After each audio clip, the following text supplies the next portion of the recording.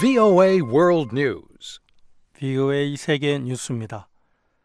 바락 오바마 미국 대통령이 당초 방침을 바꿔 이란 제재 연장 법안 서명을 거부했지만 법제화는 그대로 이뤄지게 됐습니다.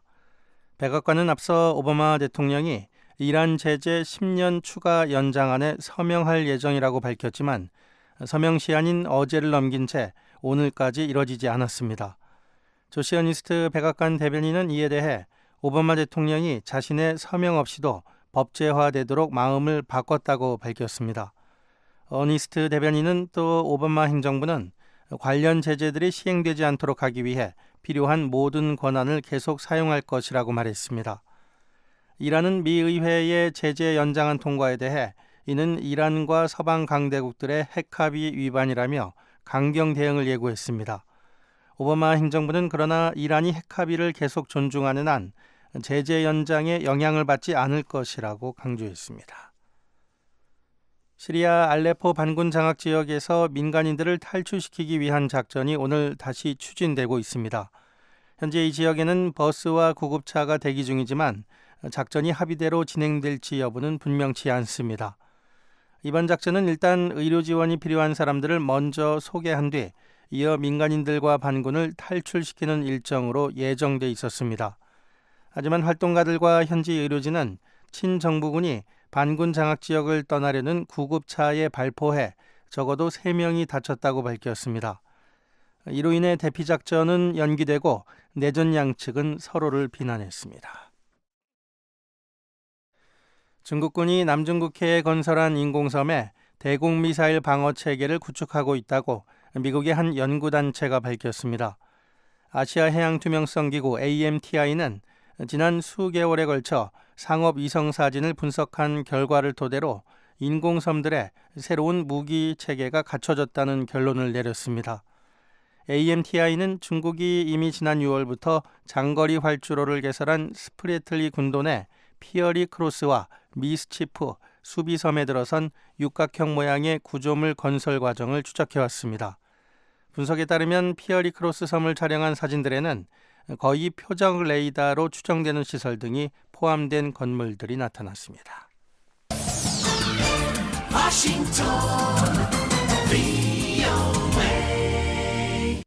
지금 여러분께서는 VOA 세계 뉴스 듣고 계십니다. 블라디미르 푸틴 러시아 대통령이 오늘 일본을 방문했습니다. 푸틴 대통령은 일본 서남부 야마구치현 나가토에서 아베 신조 일본 총리와 정상회담을 갖습니다. 양국은 상호 적대 행위를 공식적으로 끝내기 위한 평화조약 체결을 바라고 있습니다. 아베 총리는 앞서 지난 5월 러시아를 방문했을 당시 평화조약 협상과 관련해 오랜 교착 상태를 끝내는 방향으로 큰 진전을 이뤘다고 생각한다고 밝혔습니다. 푸틴 대통령은 그러나 이번 방문을 앞두고 일본 언론과 가진 인터뷰에서 러시아는 영유권 문제가 전혀 없는 것으로 보지만 일본은 문제가 있는 것으로 생각한다며 견해차를 드러냈습니다. 전문가들은 아베 총리가 러시아 극동개발 지원을 협상의 지렛대로 삼는 것은 오산일 수 있다고 지적했습니다. 유럽연합 정상회의가 오늘 벨기에 브뤼셀에서 열립니다. 유럽연합 28개 회원국 정상들은 이번 회의에서 우크라이나 사태와 관련한 대러시아 제재 연장 여부와 난민 사태, 영국의 유럽연합 탈퇴 문제 등을 논의할 전망입니다. 러시아와 관련해 앙겔라 메르켈 독일 총리와 프랑스와 올랑드 프랑스 대통령은 최근 제재 연장을 지지할 것이라고 밝혔습니다. 분석가들은 그러나 도널드 트럼프 미국 대통령 당선인이 갈등과 테러 문제 해결을 위해 러시아와 협력하겠다는 의지를 피력함에 따라 제재 연장에 대한 추진 동력은 줄어들 것으로 보고 있습니다. 미국의 인터넷 업체 야후사에서 3년 전 회원 10억여 명의 개인정보가 유출됐던 것으로 드러났습니다. 이번 유출 사건은 지난 2013년 8월 발생했으며 야후사가 지난 9월 발표했던 2014년 회원 5억 명 정보 유출 사건과는 별개인 것으로 알려졌습니다. 유출된 정보에는 이용자의 이름과 이메일 주소, 전화번호, 생일, 보안 질의응답이 포함된 것으로 추정됩니다. VOA 세계뉴스 천일규였습니다.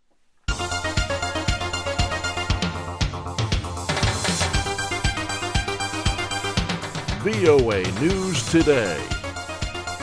여러분 안녕하십니까? 박형주입니다. 12월 15일 목요일 VOA 뉴스 투데이 3부 시작합니다. 먼저 이 시간 주요 소식입니다. 북한이 잠수함 발사 탄도미사일 SLBM의 육상 시험을 실시한 것으로 알려졌습니다. 한국 군 당국은 관련 동향을 예의주시하고 있다고 밝혔습니다. 현재 우리 군은 한미 공조를 통해서 북한의 SLBM 개발 동향을 예의주시하고 있습니다. 북한 주재 영국 대사가 북한 당국이 주민들의 모든 삶과 정보를 완전히 통제하고 있다며 이례적으로 북한 인권 상황을 비판했습니다. 한국 해양경찰이 최근 동해에서 표류하던 북한 어선 3척을 잇따라 발견해 선원 8명을 구조했습니다. 북한은 내일 대체로 맑겠습니다. 아침 최저기온은 영하 24도에서 영하 5도, 낮 최고기온은 영하 13도에서 영상 3도가 예상됩니다. 바다의 물결은 동해북부 먼바다에서 1.5에서 3m로 높게 일고 그 밖의 해상은 2.5m 아래가 되겠습니다. 첫 소식입니다. 북한이 잠수함 발사 탄도미사일 SLBM의 육상 시험을 한 것으로 알려졌습니다. 올 들어서 벌써 4번째 시험인데 한국 군 당국은 관련 동향을 예의주시하고 있다고 밝혔습니다. 한상미 기자가 보도합니다. 북한이 최근 잠수함 발사 탄도미사일 SLBM 발사 시험을 한 것으로 알려졌습니다. 이번 발사 시험은 수중이 아닌 육상에서 실시됐으며 콜드런치, 즉 수중 사출 기술을 보완, 개량하기 위한 것으로 전해졌습니다. 콜드런치는 잠수함에서 탄도미사일을 발사할 때 잠수함 내부에서 연료를 분사시키지 않고 가스 등의 압력으로 미사일을 외부로 쏘아 올린 뒤 공중에서 점화하는 기술입니다. 이와 관련해 한국 군 당국은 북한의 SLBM 개발 진전 상황을 예의주시하고 있다고 밝혔습니다. 현재 우리 군은 한미 공조를 통해서 북한의 SLBM 개발 동향을 예의주시하고 있습니다. 북한은 올 들어 지난 4월과 7월, 8월에 각각 SLBM 발사 시험을 실시했으며 이 가운데 지난 8월엔 고각 발사 방식으로 SLBM 사거리를 500km로 늘리는 데 성공했습니다. 이는 수중 점화는 물론 사출, 비행 단계에 모두 성공한 것으로 미군 측은 북한의 SLBM 기술이 급속도로 향상되고 있다고 평가했습니다. 이에 따라 미국과 한국 군 당국은 북한이 콜드런치 기술을 안정적으로 확보할 경우 SLBM의 실전 배치가 더욱 빨라질 것으로 보고 감시 활동을 강화하고 있습니다. 이와 관련해 한국의 과학기술정책연구원 이춘군 연구위원은 과거 북한이 SLBM 수중 사출 시험에 성공한 만큼 이번 발사 시험은 기술 보완이나 개량 차원의 시험일 것이라고 평가했습니다. 육상에서 원래는 단계적으로 거쳐하면 육상에서 실험한 다음에 잠수함으로 가거든요. 이번 말고 전에도 육상에서 실험한 적이 있고 해상에서 실험하다가 다시 육상에서 또 한 번 한 거니까 요소기술 개량 쪽에 가깝겠지. 그다음에 이제 발사대를 개량했든가 뭐 해서 기술 축적 차원이지. 경남대 극동문제연구소 김동엽 교수도 북한이 지난 8월 시험 발사 당시 점화에 성공한 뒤 500km를 비행한 만큼 이번 시험이 단순한 발사 시험은 아닐 것이라고 분석했습니다. 김 교수는 아울러 지금까지 북한 SLBM 수중 사출 시험에 사용된 67m의 심포급 잠수함은 실전 배치가 가능한 수준이 아니라며 발사관도 하나뿐이라고 지적했습니다. 이에 따라 북한의 이번 SLBM 육상 시험은 500km를 비행한 미사일과 SLBM을 발사시키는 작전 배치용 플랫폼과의 체제 결합을 위한 시험이었을 가능성이 크다고 김 교수는 분석했습니다. 분명히 이 발사관이 한 3개 있어야 되고 아래 한 5, 60명의 승조원들이 생활도 해야 되고 이런 어떤 정상적인 작전 능력 수행이 가능한 플랫폼이 만들어져야 된다고 생각하고 그렇게 만들어진 실제 작전 배치용 플랫폼과 500km 날아가는 것과 쉽게 말하면 결합하기 위한 체제 결합하기 위한 실험이었다고 봐요. SLBM을 개발한 단계에서 한 스텝 더 나간 거죠. 북한이 이렇듯 잠수함 발사 탄도미사일 기술 향상에 주력하고 있는 가운데 한국 정부는 앞서 지난 8일 북한의 SLBM 개발 저지를 위해 잠수함 분야 60개 감시 대상 품목의 대북 수출을 금지한다고 밝혔습니다. 한국 정부는 이 품목들이 다자 수출 통제 체제에 의해 통제되진 않지만 북한의 잠수함 프로그램에 기여할 수 있는 잠수함 체계 전반을 포괄하는 품목들이라고 강조했습니다. 서울에서 VOA 뉴스 한상미입니다. 북한 주재 영국 대사가 이례적으로 북한의 심각한 인권 상황을 비판했습니다. 노동당이 주민들의 모든 삶과 정보를 완전히 통제하고 있다면서 영국 정부는 관여 정책을 통해서 계속 개선을 촉구하고 있다고 말했는데요. 김영권 기자가 보도합니다. 엘러스테어 모건 평양 주재 영국 대사가 지난 10일 세계 인권의 날을 맞아 북한의 인권 상황에 대해 우려하는 동영상을 발표했습니다. North Korea is arguably the last remaining Stalinist country in the world. It's not pure Stalinism, but it's very similar. 모건 대사는 1분 40초짜리 동영상에서 북한은 아마도 세계에서 마지막 남은 공산 스탈린주의 국가일 것이라며 완전한 스탈린주의는 아니지만 매우 비슷하다고 말했습니다. 이어 북한은 조선노동당이 완전히 통제하는 국가로 김정은의 영도 아래 획일적인 체제를 갖고 있고 노동당이 국민의 삶의 모든 측면을 통제하고 규제한다고 지적했습니다. Every aspect of life in the country is controlled and regulated by the party. One of the first things you see when you go to DPRK. 북한에 가면 처음으로 보이는 것 가운데 하나가 모든 공공장소에 설치된 정권의 선전물이란 겁니다. 또 모든 출판물은 정부의 승인을 받아야 하고 모든 공인된 언론 매체는 국가와 당이 통제한다고 밝혔습니다. 이는 전 세계 모든 사람들이 어떤 상황에서도 의사표현의 자유를 누릴 권리가 있다고 밝힌 세계 인권선언 19조가 북한에서 실행되지 않고 있는 현실을 지적한 것으로 풀이됩니다.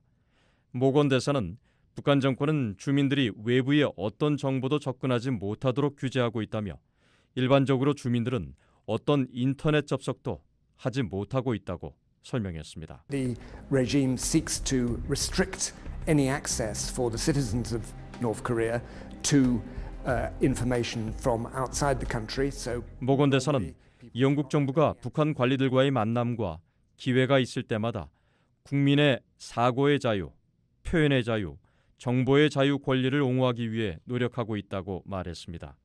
모건 대사의 이런 지적은 새삼스러운 게 아닙니다. 하지만 평양에 주재하는 현직 대사가 세계 최대 동영상 공유 웹사이트인 유튜브를 통해 직접 북한 정권에 의한 인권유린 문제를 제기한 건 북한의 인권 문제가 그만큼 매우 심각하다는 걸 반영한 것으로 풀이됩니다. 영국 정부는 북한의 심각한 인권 문제를 강하게 비판하면서도 대화와 교류를 통해 해결하겠다는 비판적 관여 정책을 유지하고 있습니다. 한편 영국 외교부는 지난 4월에 발표한 2015 인권과 민주주의 연례 국제보고서에서 북한을 세계에서 가장 인권 침해가 심각한 인권 우선 대상국 가운데 하나로 지정했습니다. 영국 외교부는 북한의 인권 문제는 대북 정책의 우선 과제라며 북한 정부가 인권 침해를 인정하고 해결 조치를 취하도록 계속 촉구할 계획이라고 밝혔습니다. 뷰이 뉴스 김영권입니다. 석탄을 실은 것으로 추정되는 북한 선박 10여 척이 중국 항구에 입항하지 못한 채 공해상을 맴돌고 있는 것으로 확인됐습니다. 북한 근해에서는 평소 포착되던 20여 척의 선박이 일제히 사라졌는데요. 중국의 대북 제재 이행과 관련이 있는 건지 주목됩니다. 함지아 기자가 취재했습니다. 석탄을 수출입하는 항구로 알려진 중국 산둥성의 란샨항. 이 항구에서 약 20km 떨어진 바다 한가운데 우리스타호와 민해호, 만정 1호, 빅토리 2호 등 북한 선적 혹은 북한 항구만을 오갔던 사실상의 북한 선박 4척이 머물고 있습니다. 선박의 실시간 위치 정보를 보여주는 민간 웹사이트 마린 트래픽에 따르면 이 중 우리스타와 빅토리 2호는 한반도 시간으로 각각 11일 밤과 12일 새벽부터 민해와 만정 1호는 13일과 14일부터 같은 자리를 머물고 있습니다. 이들은 모두 석탄 등 광물을 실을 수 있는 벌크선으로 지난 몇 년간 란샨항처럼 중국 내 많은 양의 석탄이 야적된 항구에 자주 모습을 드러냈었습니다. 이 때문에 이들 선박은 현재 석탄을 적재한 것으로 추정되지만 어떤 이유에선지 란샨항을 눈앞에 두고 입항하지 못한 채 길게는 나흘째 공해상에 떠 있습니다. 란샨항에서 멀지 않은 곳에 위치한 르자오시의 한 항구 앞 약 13km 지점에도 북한 선박 금송호가 14일 새벽부터 머물고 있는 것이 확인됐습니다. 또 펑라이항 앞바다에는 북한 국적의 남포 9호와 자모산호가 11일 밤부터 멈춰있는 모습이 관측됐고 남포항을 출발지로 한 진롱 1호와 태안호 등은 또 다른 항구인 시다오항 앞바다에 각각 12일과 13일부터 포착되고 있습니다. 이 밖에 장진강호와 금송 5호, 금산호 등도 레닌강항과 다이렌항, 친황다오항 앞 해상에 이틀에서 사흘째 머물고 있습니다. 이들 선박은 대부분 같은 자리를 유지하는 바람에 마린 트래픽 지도상에서는 항적이 한 자리를 수차례 맴도는 복잡하게 꼬인 형태로 나타나 있습니다. 선박이 항구 입항을 앞두고 하루나 이틀 공해상에 대기하는 경우는 있지만 이처럼 최소 12척의 북한 선박이 한꺼번에 장시간 머무는 건 이례적인 일로 받아들여집니다. 마린 트래픽에 따르면 입항을 앞둔 이들 선박들은 란샤낭 앞바다에 있는 선박들과 같은 벌크선으로 위성지도 확인 결과 목적지가 대부분 검은 물체가 가득 쌓여 있는 중국의 석탄 취급 항구들이었습니다. 중국 정부는 최근 유엔 안보리의 새 대북 제재 결의에 따라 11일부터 이달 말까지 북한산 석탄 수입을 일시 중단하는 결정을 내렸습니다. 이 때문에 이번 현상이 중국 정부의 결정과 관련이 있을 가능성이 제기되고 있습니다. 북한 선박이 해외 항구 입항을 앞두고 오랜 기간 머물다 본국으로 돌아간 사례는 지난 3월 유엔 안보리가 대북 제재 결의 2270호를 채택한 직후에도 목격된 적이 있습니다. 당시 안보리는 총 31척의 선박을 제재 명단에 포함시키면서 유엔 회원국 입항을 금지시켰는데 일부 대상 선박들이 중국과 러시아 바다에 열흘 가까이 떠 있다 북한으로 뱃머리를 돌린 겁니다.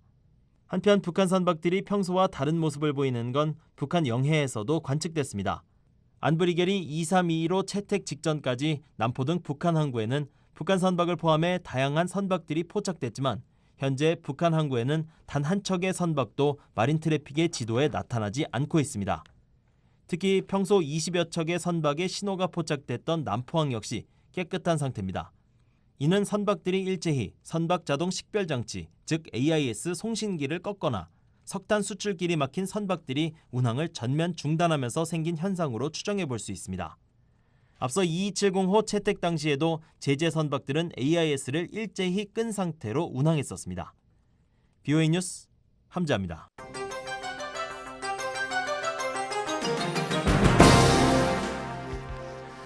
네, 매주 한반도 관련 뉴스를 심층 분석해 전해드리는 뉴스 깊이보기입니다. 한국의 전문가들은 유엔 안보리 결의 2322호가 전면 이행될 경우 내년도 북한 광물 수출이 김정은 정권 출범 이전인 2010년 수준으로 후퇴할 것으로 보고 있습니다. 하지만 북한의 불안정과 중국 기업의 피해로 이어진다는 점에서 중국 정부가 제재를 전면 이행할지 여부는 여전히 불투명하다는 관측입니다. 서울에서 김은지 기자가 취재했습니다. 유엔 안보리 결의 2322호는 북한의 연간 석탄 수출을 2015년에 38% 수준으로 제한한 것이 핵심입니다. 석탄은 북한 전체 수출의 40% 이상을 차지하는 북한의 최대 외화 수입원입니다. 북한은 중국으로의 석탄 수출을 통해 지난 2011년 이후 매년 10억 달러 이상의 외화를 벌어들였습니다. 유엔은 석탄 제한으로 연간 7억 달러, 은과동, 아연과 니켈 등 수출 금지 광물 확대로 연간 1억 달러의 외화 수입이 감소할 것으로 기대하고 있습니다. 따라서 이번 제재가 전면적으로 이행될 경우 내년도 북한의 광물 수출이 김정은 집권 이전인 2010년 수준으로 후퇴할 것이란 전망이 나옵니다. 한국의 전문가들은 석탄을 비롯한 광물은 북한의 주요 외화 수입원이라는 점에서 북한 경제에 상당한 타격이 될 것으로 보고 있습니다. 광물 수출 중단으로 인한 외화 수입 감소는 북한 당국의 수입 감소로 이어져 소비와 투자를 위축시킬 가능성이 크기 때문입니다. 대외경제정책연구원 임수호 팀장입니다.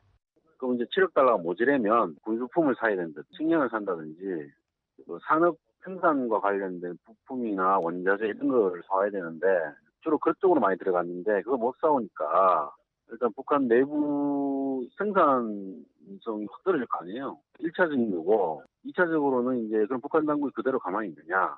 그게 아니고 부족한 외화를 어떻게든 충당을 해야 될 거 아니에요. 충당할 수 있는 방법은 북한 내부에 있는 외화를 끌어다닐 수밖에 없다고. 그러면 좀 당연히 물가가 오르겠죠. 무엇보다 이번 제재가 중국의 경기 둔화와 국제 원자재 가격 하락 등 북한의 대외경제 여건이 악화되는 가운데 이뤄졌다는 점에서 북한이 체감할 고통이 더 클 것이라는 관측이 나옵니다. 한국의 전문가들은 올해 북한의 석탄 수출 추세를 감안할 때 석탄 수출 상한제에 따라 내년 하반기부터 북한산 석탄 수출이 제한될 것으로 전망하고 있습니다. 산업연구원 이석기 박사는 이번 제재의 경우 석탄 수출에 대해 연간 쿼터제를 적용한 데다 석탄의 경우 대부분 배를 통해 대규모로 중국으로 들어가는 만큼 제재를 회피하기가 쉽지 않을 것으로 전망했습니다. 통과하면 세관에서 이제 눈을 감거나 서류를 조작하거나 이러면 몰라도 그게 그렇게 WTO 가맹국이보다는 쉽지 않을 거라고 보는데, 이게 석탄은 덩치가 큰 애라서 밀수를 통해서 하는 것도 그렇게 한계가 있을 테고, 좀 우회하고 장난친다고 그래도 절반 수준으로 줄어버린다 그러면 영향이 제법 있을 수 있죠. 그러나 북한 체제 안정을 바라는 중국이 제재를 전면 이행할지는 여전히 불투명합니다. 북한 자원연구소 최경수 소장입니다. 이 앞전에 민생용으로만 해놨던 것에 비하면 쿼터제로 묶었기 때문에 중국이 더 부담은 더 있겠죠. 그것은 제가 보기에는 일단 중국이 얼마나 2.315를 지킬 거냐에 대한 문제고, 그래서 과거와 같이 2-3개월 하다가 말 수도 있는 거고, 빠져나가는 방법은 여러 가지가 있으니까. 안보리 결의 2325도 육자회담 재개와 대화를 통한 평화적이고 포괄적인 해결과 긴장 완화의 중요성을 강조하고 있습니다. 아울러 철저한 대북 제재 이행은 북한뿐만 아니라 중국 기업과 지역 경제에도 피해를 줄 수 있습니다. 북한산 석탄의 경우 중국 동북 지역의 철강업체로 가장 많이 수출되고 있는 것으로 나타났습니다. 한국개발원 KDI 이종규 박사는 중국의 지역 철강 생산량이 10% 증가할 때 그 지역의 북한산 무연탄 수입량이 약 17% 증가한 것으로 분석됐다고 말했습니다. 그동안 대북 제재 효과가 떨어질 수밖에 없었던 것도 시간이 갈수록 제재를 가하는 국가 입장에서도 정치, 경제, 사회적 비용이 발생함으로써 부담이 가중됐기 때문이라며, 이번 제재 역시 중국 지방정부의 이행 의지가 가장 중요하다고 이 박사는 강조했습니다. 밀수를 비롯해 교육 현장에서 제재를 회피할 수 있는 방법이 여전히 존재하는 데다 허위 신고를 검증할 시스템이 없는 것도 문제로 거론됩니다. 에너지경제연구원 김경술 박사는 북한에 수출하는 원유와 마찬가지로 중국이 해관 총소의 수입 통계를 조작할 가능성도 배제할 수 없다고 지적했습니다. 중국이 북한에 수출하는 원유, 국제시장에서 왜 원유를 쓰지 않았냐는 얘기가 자꾸 나오고 그러니까 불편하니까 2014년 1월부터 지금까지 계속 수출량이 0이에요, 0. 중국 당국이 정확한 통제를 하고 정확한 양을 유엔에 보고할 것이냐 말 것이냐 하는 문제가 가장 중요해요. 유엔 안보리 결의 2270호에도 불구하고 북한으로 가는 선박에 대한 검색이 제대로 이뤄지지 않고 있는 점도 허점으로 지적됩니다. 에너지경제연구원 김경술 박사입니다. 그 유엔 제재가 이 해상 화물 검색 유튜브 강화를 지난번에 2270호에도 했는데 배의 운송 왔다 갔다 하는 거를 그런데도 불구하고 안 했거든요. 이번에도 유엔 제재가 그런 것들을 하겠다는 얘기가 없어요. 북한이 부족한 외화를 확보하기 위해 의류 수출이나 해외 노동자 파견 등 비제재 대상 품목의 수출을 확대할 가능성도 있습니다. 국제사회의 대북 제재 공조도 핵심 변수로 꼽힙니다. 중국 정부가 강도 높은 제재안을 수용한 것은 미국 정부가 세컨더리 보이콧 카드를 내세워 압박했기 때문이라는 것이 한국 외교가의 평가입니다. 한국 정부 소식통은 대북 제재를 이끌어온 미국과 한국이 정치적 이행기를 맞이한 상황에서 현재와 같은 강력한 대북 제재 국면이 얼마나 이어질지가 관건이라고 지적했습니다. 서울에서 VOA 뉴스 김은지입니다. 올해 3분기까지 북한의 대러시아 수출이 큰 폭으로 증가했습니다. 하지만 수입은 크게 줄어 전체 교역 규모는 감소한 것으로 나타났습니다. 김정우 기자가 보도합니다. 한국무역진흥공사 코트라가 러시아 관세청 통계를 집계한 결과 올 들어 3분기까지 러시아와 북한 간 교역액은 약 5,100만 달러를 기록했습니다. 이는 약 6,300만 달러를 기록했던 지난해 같은 기간과 비교해 약 18% 줄어든 규모입니다. 이 기간 북한의 대러시아 수입은 4,500만 달러로 전년 대비 24.5% 감소한 반면 수출은 약 127%나 상승해 600만 달러에 달했습니다. 두 나라 간 교역을 품목별로 살펴보면 러시아의 대북 수출 순위 1위는 석탄이 차지했습니다.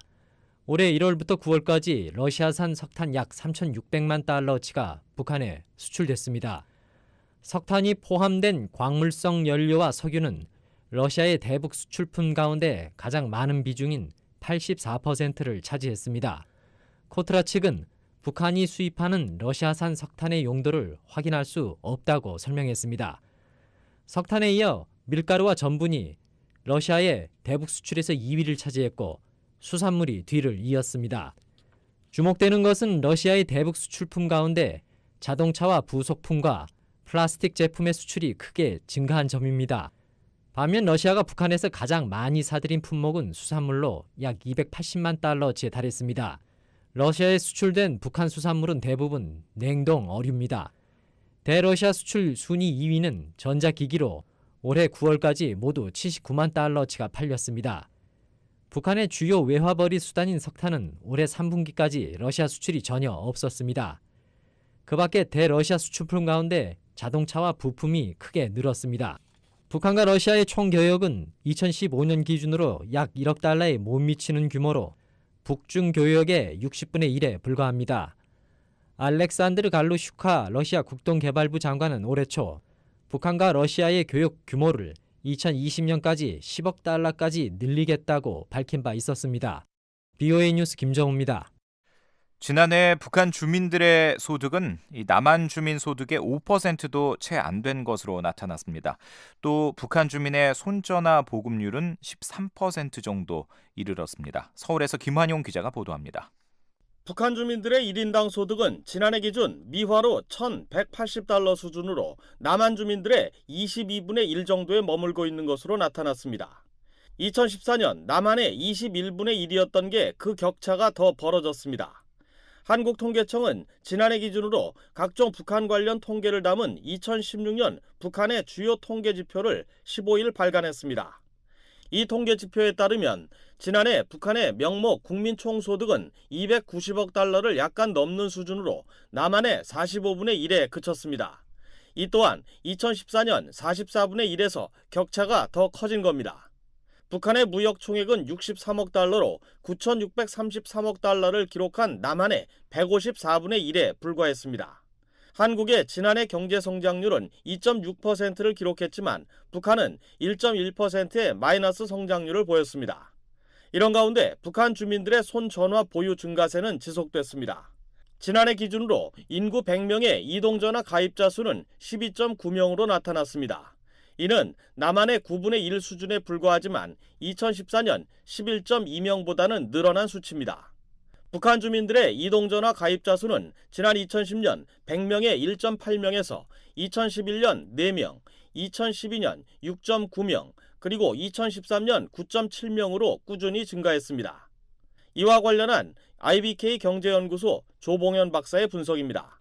북한에서 최근에 휴대폰이 급속도로 보급이 확산이 되고 있는데 이것은 북한 내에서 당마당을 중심으로 시장 경제가 확산되고 있는 추세에 맞춰가지고 휴대폰 보급 확대를 통해서 북한 당국 입장에서는 자금을 흡수하고 그 다음에 자금을 돌게 하기 위한 차원에서 휴대폰 사업을 확산시켜 나가고 있다고 하겠습니다. 북한의 쌀 생산량은 202만 톤으로 433만 톤을 기록한 남한의 절반 정도였습니다. 북한의 수산물 생산량은 93만 1000톤으로 남한의 4분의 1에 불과했습니다. 북한의 도로 총 연장도 2만 6000km로 10만 7500km인 남한의 4분의 1에 그쳤습니다. 시멘트 생산량은 북한이 670만 톤으로 남한의 8분의 1 규모였고 발전 설비 용량은 742만 7000kW로 남한의 13분의 1 수준이었습니다. 북한의 인구는 2477만 명으로 5100만여 명인 남한의 절반에 못 미쳤습니다. 서울에서 VOA 뉴스 김환영입니다. 북한 함경북도에서 지난 8월 말 수해가 발생한 이후 유엔을 비롯한 국제사회가 긴급 모금 등을 통해서 적극적인 지원을 펼치고 있습니다. 유엔은 수해 복구 지원금 모금 목표액의 38%가 확보됐다면서 이 자금으로 보건과 영양, 식량 안보, 식수, 위생 등 6가지 분야에서 지원을 펼치고 있다고 밝혔습니다. 김현진 기자와 함께 자세한 이야기 나눠보겠습니다. 김 기자, 8월 말 이제 홍수가 발생했고요. 이제 겨울을 향해 가고 있는데 먼저 함경북도 홍수 피해가 어느 정도였는지 좀 정리를 해볼까요? 네, 유엔에 따르면 138명이 사망하고 400여 명이 실종됐습니다. 또 가옥 3만여 채가 파괴됐고 7만여 명이 집을 잃었습니다. 홍수로 피해를 입은 주민은 총 60만여 명에 달했으며 이 가운데 특히 14만여 명의 피해가 극심했다고 유엔은 밝혔습니다. 네. 자, 수해가 발생한 뒤에 유엔 등 국제사회의 지원이 이어졌는데 지금 복구 상황이 어떤지 좀 살펴보겠습니다. 네. 수재민들이 살 수 있는 살림집은 모두 완공이 됐습니까? 네, 유엔에 따르면 북한 당국은 수재민들을 위해 지난 3개월간 단층집과 아파트 등을 포함해서 총 3천여 채의 새 집을 건설했습니다. 예. 총 12,000가구가 살 수 있는 규모인데요. 한 가구를 4가족으로 봤을 때 총 4만 8천여 명이 살 수 있는 그런 규모죠. 이번 홍수로 7만여 명이 집을 잃었으니까 아직도 집이 없이 친구나 친척, 임시 거처에서 생활하고 있는 수재민이 있다는 건데요. 북한 당국은 내년에도 이들을 위한 살림집 건설을 계속할 계획입니다. 예. 일단 일부를 위한 살림집이 마련이 됐다고 하더라도 피해가 완전히 해결된 건 아닐 것 같습니다. 네네. 새 집에 대한 물 공급은 제대로 이루어지고 있습니까? 아닙니다. 유엔은 새 집에 입주한 주민들이 여전히 깨끗한 물에 대한 접근이 어려운 상황이라고 밝혔습니다. 이번 홍수로 수도와 위생시설이 파괴돼 주민들은 여전히 우물이나 물 정화 알약에 의존하고 있는 것으로 알려졌습니다. 유엔은 이에 따라 15,800가구에 물 정화 알약을 지원했고요. 수재민 2만 4천여 명에게 깨끗한 물과 물통, 비누, 위생용품 등을 지원했다고 밝혔습니다. 네. 또 긴급 화장실과 물 펌프 등도 지원했습니다. 네. 이번 수해로 인한 농경지 피해도 심각했는데요. 네. 그렇다면 수재민들의 식량 상황은 지금 어떻게 파악이 되고 있습니까? 네, 말씀하신 대로 이 함경북도 농경지 2만 7천 헥타르가 훼손됐는데요. 주로 쌀과 옥수수가 큰 피해를 입었습니다. 이 피해 농지가 전체 북한 농지의 2%에 불과했지만 함경북도 주민들은 이미 지난해 홍수와 가뭄으로 인한 곡물 생산량 감소로 식량 부족을 겪고 있던 터라 추가 피해를 입어 큰 어려움을 겪고 있습니다. 예. 이런 가운데 지난달 북한 당국의 배급량은 주민 한 명당 하루 380g으로 북한이 목표로 하는 573g에 크게 못 미쳤는데요. 유엔은 영양 부족을 겪는 5세 미만 어린이 수가 특히 여전히 많다고 밝혔습니다. 수재민들의 식량 사정이 심각한 것 같은데 유엔의 지원이 이럴 때 절실하겠죠. 지금 어떻게 대응을 하고 있습니까? 네, 유엔은 지난 10월부터 매달 3만 1천여 명의 어린이와 임산부, 수유모에게 영양 강화 식품 417톤을 지원했다고 밝혔습니다. 또 수재민 15,000여 명에게 콩 793톤과 식용유 43톤, 고열량 영양과자 145톤을 제공했습니다. 아울러 3만 1,000가구가 겨울 동안 채소를 재배할 수 있도록 온실 자재도 지원했다고 유엔은 밝혔습니다. 예, 거주지도 불안정하고 또 식량 상황도 안 좋은 이런 상황. 아무래도 질병에 취약할 수밖에 없을 텐데 네네. 질병 관리는 어떻게 이루어지고 있는지도 한번 보도록 하겠습니다. 수해로 진료소가 파괴돼서 큰 어려움을 겪고 있었다고요? 네, 맞습니다. 최소 45곳 이상의 의료시설이 홍수로 파괴돼 의료 장비와 필수 의약품 부족 등으로 큰 어려움을 겪고 있다는 게 유엔의 설명인데요. 이 유엔은 5세 미만 어린이 설사 환자 수는 감소했지만 감기 같은 급성 호흡기 질환 환자는 급증하고 있다고 밝혔습니다. 또 필수 의약품 재고가 떨어져 하루빨리 채워 넣어야 하는 상황이라고 밝혔습니다. 네. 그렇다면 유엔은 질병 관리를 위해서 어떤 지원을 하고 있습니까? 네, 최대 10만여 명을 치료할 수 있는 분량의 설사약을 지원했고요. 새집 건설에 동원된 노동자 20만여 명에게 파상품 접종을 실시했습니다. 또 현지 의료 관계자들에게 급성호흡기 질환 관련 교육도 실시했고요. 어린이 2만 4,500여 명에게 겨울옷을 제공했다고 밝혔습니다. 자, 지금까지 김현진 기자와 함께 북한 함경북도 수해 복구와 또 유엔의 지원 상황에 대해서 정리를 했습니다. 한국해양경찰이 최근 동해에서 표류하던 북한 어선 3척을 잇따라 발견해 선원 8명을 구조했습니다. 한국통일부는 판문점과 서해 군 통신선 등을 통해서 이들의 송환을 위해 북측에 연락을 시도하고 있다고 밝혔습니다. 서울에서 박병용 기자가 보도합니다. 한국통일부 정준희 대변인은 15일 한국해양경찰이 최근 동해에서 표류하던 북한 선박 3척을 구조했다고 밝혔습니다. 정준희 대변인의 발표 내용입니다.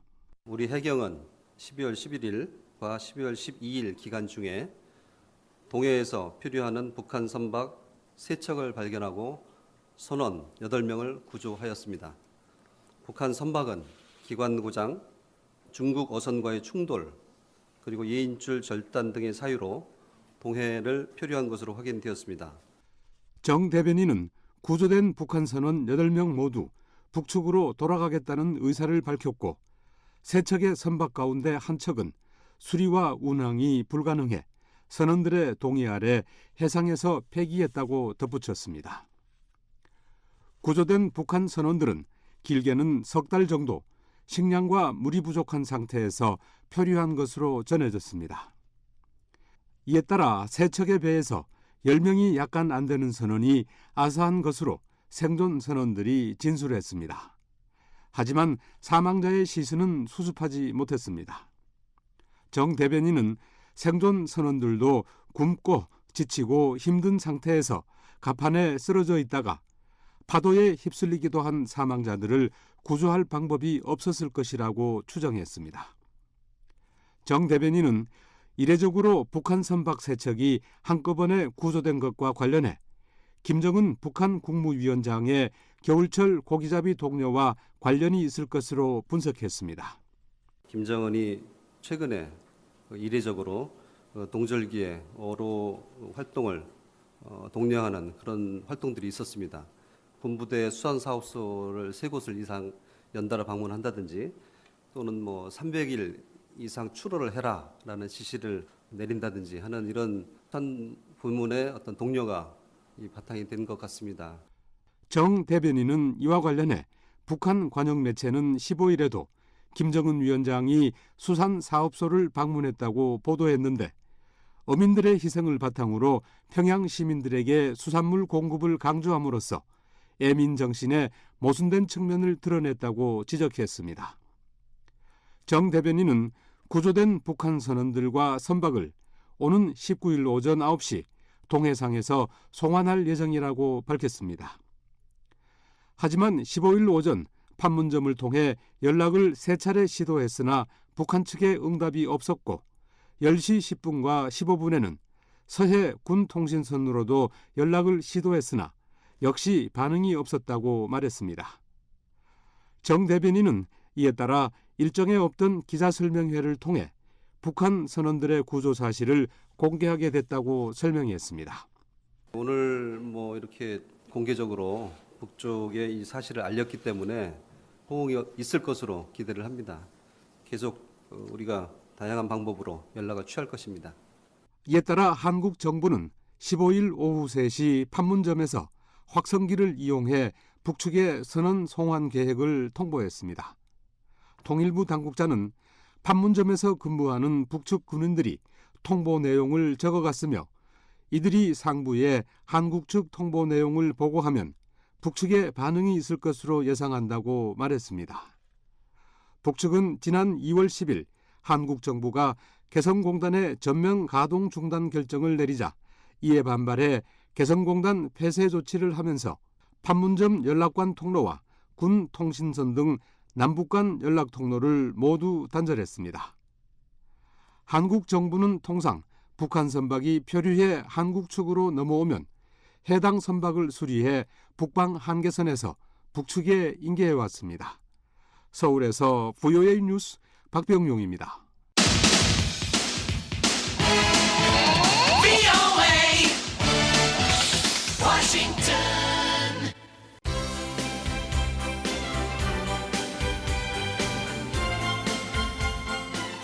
안녕하십니까?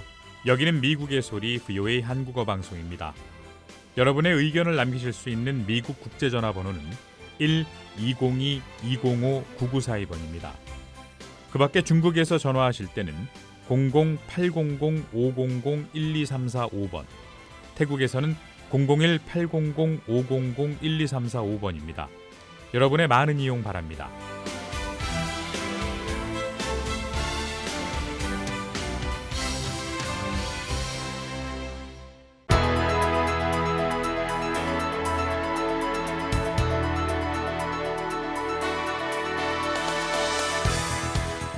네, 세계의 주요 뉴스를 간추려드리는 시간이죠. 세계는 지금 장량희 기자 나와 있습니다. 어서 오십시오. 안녕하십니까? 네.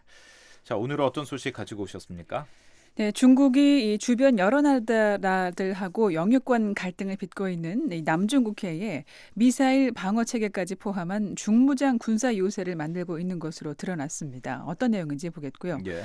최근 중국과 미국 등 서방 사이에 무역 전쟁이 가열될 것이라는 전망이 이어졌는데요. 실제로 중국을 둘러싼 무역 마찰이 구체화되고 있습니다. 네. 또 도널드 트럼프 미국 대통령 당선인이 미국의 첨단 정보통신 IT 기업 대표들하고 간담회를 가졌는데요. 이 소식까지 알아보겠습니다. 네.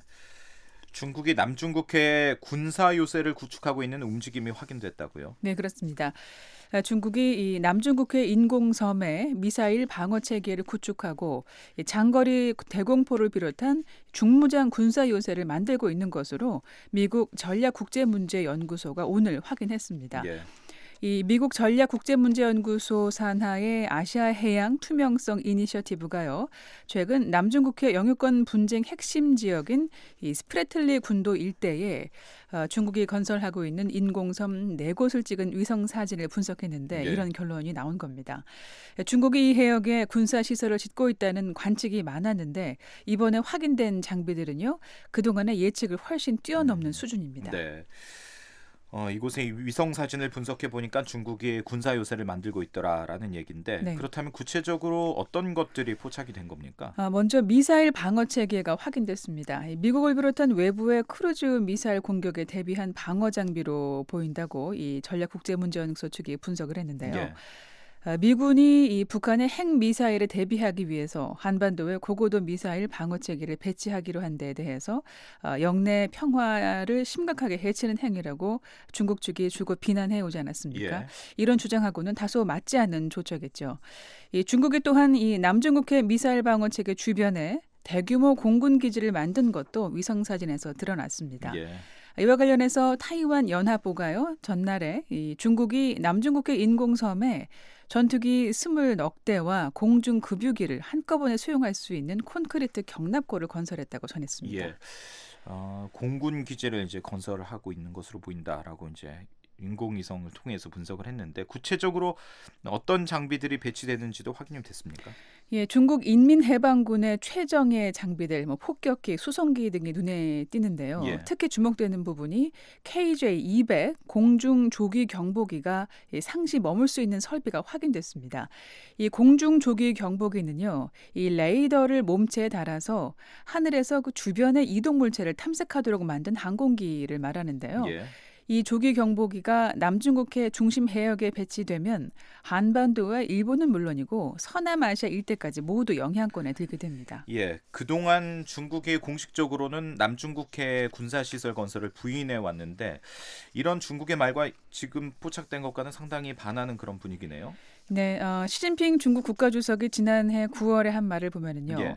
해당 지역이 중국의 영토이기 때문에 방어 조치가 필요하다라고만 언급을 했었는데요. 최근에는 이 중국이 이 남중국해 인공섬에 4세대 장거리 지대공 미사일인 훔치 26을 배치할 거란 전망도 나오고 있습니다. 예.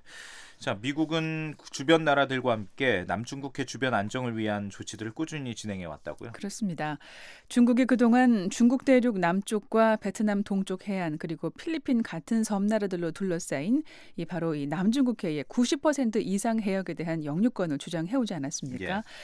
주변 국가들의 반발에도 불구하고 인공섬을 만들어 왔고요. 여기에 군사시설을 짓고 있는 것이 구체적으로 확인되고 있는 건데요. 미국은 이 중국 측의 이런 움직임이 영내 안정을 해치고 있다고 보고 남중국해 주요 지점에 해군 전함을 파견해서 통행하게 하는 항행의 자유작전 등을 꾸준히 수행하면서 중국의 영유권 주장을 무력화하고 있습니다. 네. 또 네덜란드 헤이그의 국제기구인 상설중재재판소도 지난 7월에 중국의 이런 주장에 근거 없다고 판결을 했는데요. 중국은 이런 결정을 받아들이지 않고 있습니다. 도널드 트럼프 차기 미국 대통령 당선인은 이런 중국의 움직임을 주목하고 있는 상황입니다. 네, 중국 소식 한 가지 더 살펴보겠습니다. 중국을 둘러싼 무역 마찰이 구체화되고 있군요. 네, 그렇습니다. 중국 상무부가 오늘 관영 인민일보를 통해서요, 중국산 합판에 대한 미국의 반덤핑 조치와 반보조금 조사 착수를 강하게 비판했습니다. 이 왕허준 상무부 무역구제조사국장이요, 인민일보에 기고를 했는데 예. 중국산 합판 제품이 미국 내 산업에 실질적인 손해나 위협을 주지 않는 것이 이미 판명된 바 있다고 주장을 하고요. 예. 이와 관련된 미국 정부의 최근 움직임은 명백한 보호무역주의 행태라고 비판했습니다. 예, 지금 중국 상무부가 미국의 어떤 조치를 비판을 하고 있는 겁니까? 미국 상무부가 지난 9일에요. 중국산 핫판이 정부 보조금을 받아서 생산돼서 지나치게 싼 가격으로 미국 시장에 들어오기 때문에 예. 공정한 시장 질서를 해친다고 판단하고 관련 조사에 들어갔는데요. 이 조사 결과에 따라서 막대한 규모의 이 반덤핑 관세가 부과된 것을 예상을 하고 예. 중국이 이번에 강하게 반발하고 나선 겁니다. 네, 반덤핑 관세라는 건 어떤 겁니까? 예를 들어서 그 특정 제품이 중국 시장에서 한 1달러에 팔리고 있기 때문에 미국에도 1달러로 수출하는 거다. 뭐 이렇게 중국 측이 주장을 해도요. 예. 미국이 공정한 기관을 통해서 조사를 해본 결과 적정한 시장 가격이 한 5달러라고 판정을 하면 죄송합니다. 예. 그 차액만큼 세금을 부과해서 제품 가격을 올려받게 하는 거죠. 네. 이 공산주의 국가인 중국은 통제 경제 하에서 그 정부 보조금을 받는 국영 기업이 제품을 생산하는 경우가 많기 때문에 네. 지나치게 싼 물건이 미국을 비롯한 국제 시장에 나와서 다른 나라의 그 기업에 피해를 주는 경우가 많았습니다. 예. 특히 독점 체제 국영 기업에 절대적으로 유리한 이 철강과 합판 같은 중공업 원자재 산업에서 그런 일이 많았습니다. 예. 얼마 전에 이 문제를 놓고 중국이 미국과 유럽연합을 제소하는 일도 있지 않았습니까? 네, 며칠 전이었죠. 중국이 2001년 12월 11일 세계무역기구에 가입할 때 말씀드린 것처럼 이 통제경제 체제 하에 있기 때문에 15년 동안 국제무역질서 기준에 맞추는 과정을 거칠 수 있도록 시장경제 국가로 인정하지 않는 시한을 적용받았는데요. 예.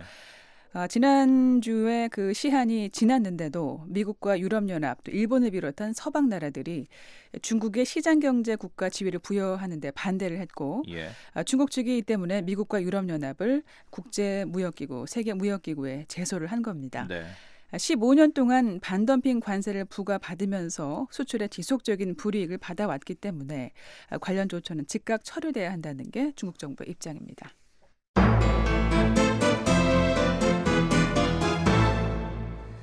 네, 세계는 지금 미국 소식 알아보겠습니다.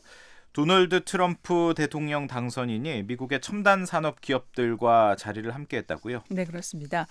어제 뉴욕의 트럼프 타워에서 미국의 첨단 정보통신 IT 기업 대표들하고 간담회를 가졌는데요. 팀 쿡 애플 최고 경영자하고 일론 머스크 테슬라 자동차 최고 경영자, 예. 또 구글의 모회사인 알파벳의 레리 페이지, 아마존의 제프 베조스 이렇게 미국의 최대 IT 기업 대표들이 거의 다 나왔습니다. 예. 사실 IT 업계에서는 이 트럼프 후보가 대통령으로 당선되면서 우려의 목소리가 나왔는데요. 이런 상황에서 트럼프 당선인하고 이들이 얼굴을 맞대고 대화를 나눈다는 점도 큰 관심을 끌었죠. 예. 자, 이날 어떤 이야기들이 오고 갔습니까? 트럼프 당선인은 이 혁신에 불을 붙이고 더 많은 일자리를 창출하기 위해서 IT 업계에 적극적으로 협조하겠다고 밝혔는데요. 이 세상에 여러분 같은 사람은 없다면서 참석자들을 지켜 세웠고요. 공식적인 명령 체계가 없으니 도움이 필요하면 참모들이나 자신에게 직접 전화를 걸라고 말을 했습니다. 예, 앞서서 IT 기업들이 트럼프 당선인에 대해서 우려를 했다라고 얘기를 하셨습니다. 네. 그리고 또 지난 대선 과정에서 실제로 그 트럼프 당선인과 미국 IT 업계 간의 관계가 굉장히 껄끄러웠다고요? 그렇습니다. 지난 7월에요. 미국 첨단 IT 산업의 산실이라고 하는 이 실리콘밸리의 대표들과 투자자들 한 140여 명이 공식적으로 트럼프 후보를 반대하는 성명을 발표했습니다. 네. 이 트럼프 후보는 혁신을 만들어내는데 재앙 같은 존재라고 혹평하면서 이 트럼프 후보의 멕시코 이민자 비하 발언이나 수백만 명의 불법 이민자 추방 계획, 또 여성 비하 발언 등을 용납할 수 없다고 밝혔었죠. 이런 IT 업계의 비판에 대해서 트럼프 후보도 반격을 했죠. 네, 그렇습니다. 제프 베조스 아마존 최고 경영자가 소유한 워싱턴 포스트 신문이 이 자신과 관련한 대선 기사를 편파적으로 보도하고 있다고 불만을 표시했고요. 대통령에 당선이 되면 아마존의 독점 금지법 위반 여부에 대한 철저한 조사에 들어갈 거라고도 말했습니다. 예. 또 지난해에 이 캘리포니아 샌 버나디노에서 발생한 테러 공격범의 손전화 잠금 해지를 거부한 애플의 그 팀 쿡 최고 경영자에 대해서도 비난의 목소리를 높였습니다. 그렇군요. 이렇게 대선 기간 동안은 서로 껄끄러웠지만 이제 선거가 끝나고 서로 좀 협력해보자 이런 취지에서 간담회 자리가 마련된 것 같은데 네. 간담회가 끝나고 IT 업계 대표들은 어떤 반응을 보였을지 궁금하네요. 네, 대부분 논평을 거부했는데요. 이 제프 베조스 아마존 회장이 유일하게 성명을 냈습니다. 예. 혁신을 정부의 핵심 가운데 하나로 삼아야 한다는 정부의 의견에 동의한다면서 이를 통해서 이 IT 분야뿐 아니라 미국 전역의 모든 분야에서 많은 일자리를 만들어낼 수 있을 거라고 밝혔습니다. 예. 또 이날 간담회에 동석했던 라인스 프리버스 백악관 비서실장 지명자가요. 일자리 창출과 경제 성장 등에 관해서 생산적인 논의가 오갔다고 말했습니다. 예. 자, 끝으로 차기 행정부 인선 작업 소식 하나 짚어보겠습니다. 어제 트럼프 당선인이 릭 페리 전 텍사스 주지사를 에너지 장관으로 지명한다고 공식 발표를 했죠. 네. 반응이 어떻습니까? 에너지 업계는 환영을 표시했습니다. 그러면서 미국의 천연가스 수출을 늘릴 수 있게 도와달라고 요청을 했고요. 하지만 민주당 쪽에서는 회의적인 반응인데요. 예. 미국 에너지부가 핵무기 안전 관리도 담당하는데 페리 주지사가 이 일에 적합한지 능력이 의심스럽다는 거고요. 또 페리 전 주지사가 특정 에너지 기업의 주식을 갖고 있고 예. 이 회사 이사 가운데 한 사람이라는 점도 문제로 지적했습니다. 예. 자, 세계는 지금 오늘 여기까지 듣겠습니다. 장량 기자 소식 잘 들었습니다. 고맙습니다.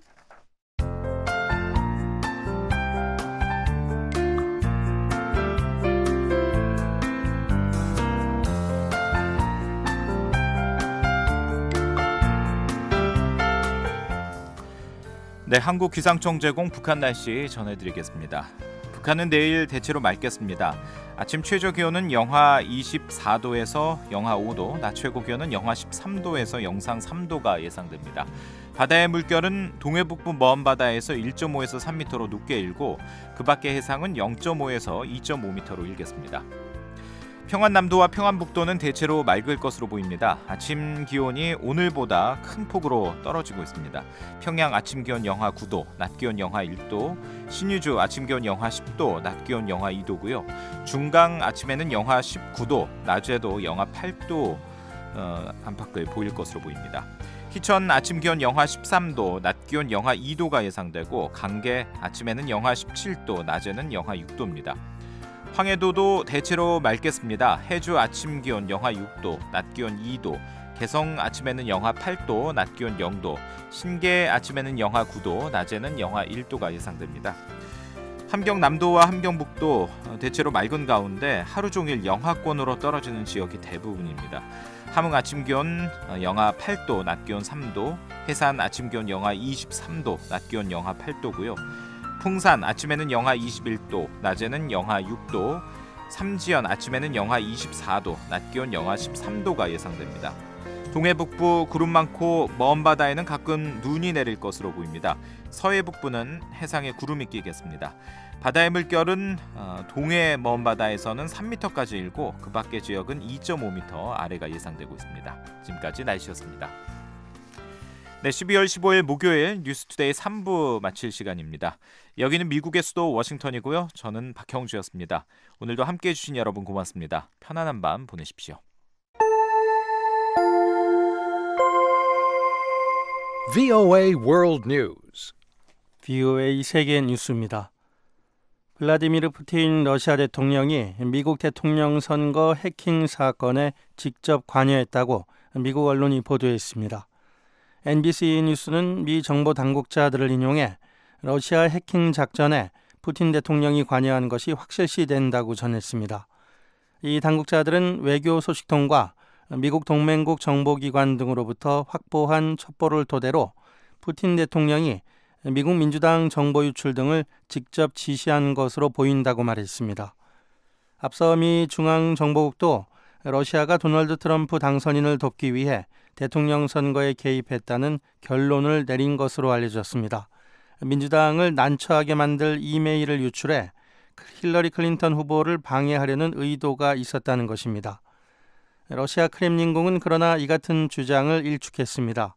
드미트리 페스코프 크렘린궁 대변인은 오늘 기자들에게 미국 언론이 터무니없는 보도를 하고 있다고 비난했습니다.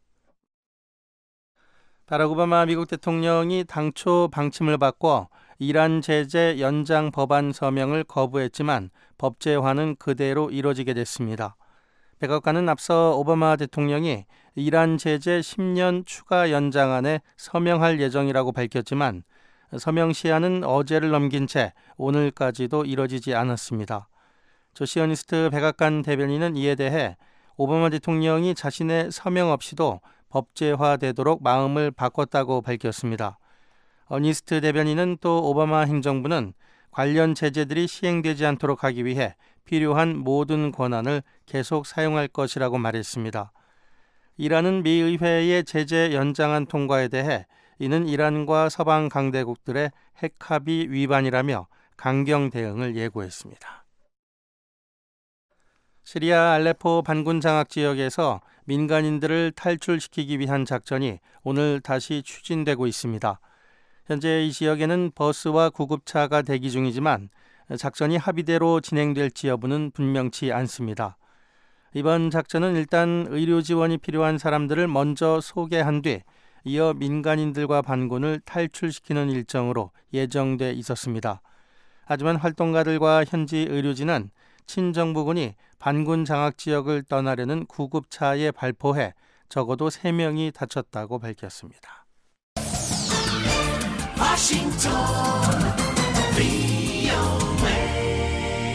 지금 여러분께서는 VOA 세계 뉴스 듣고 계십니다. 중국군이 남중국해에 건설한 인공섬에 대공미사일 방어 체계를 구축하고 있다고 미국의 한 연구단체가 밝혔습니다. 아시아 해양 투명성 기구 AMTI는 지난 수개월에 걸쳐 상업 위성 사진을 분석한 결과를 토대로 인공섬들의 새로운 무기 체계가 갖춰졌다는 결론을 내렸습니다.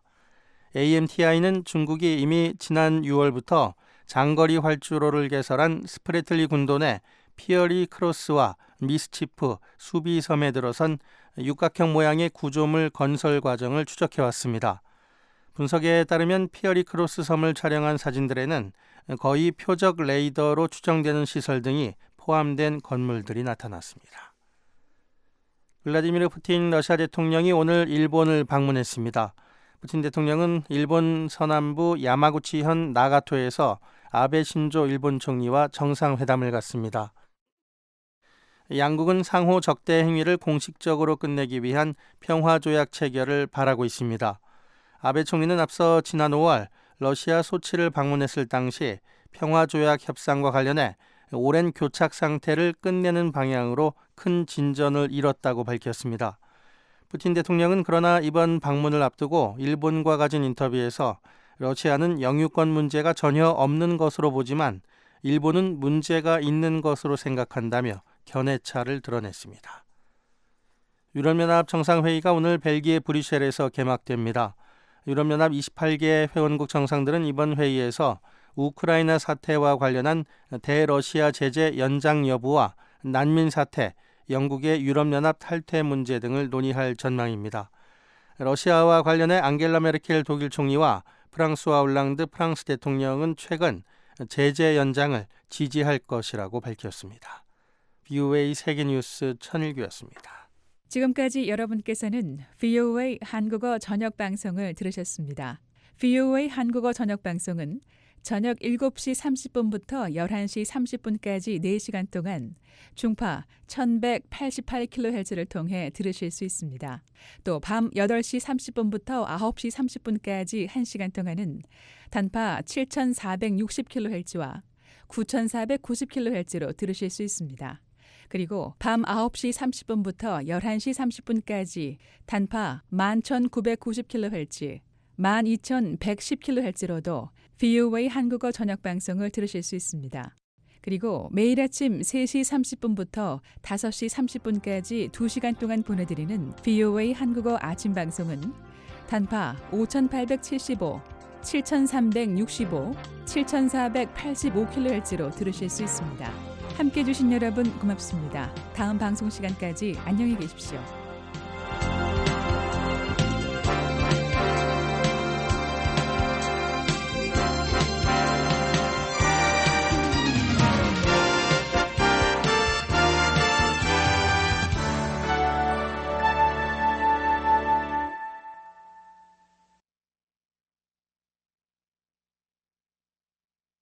This program has come to you from the Voice of America, Washington.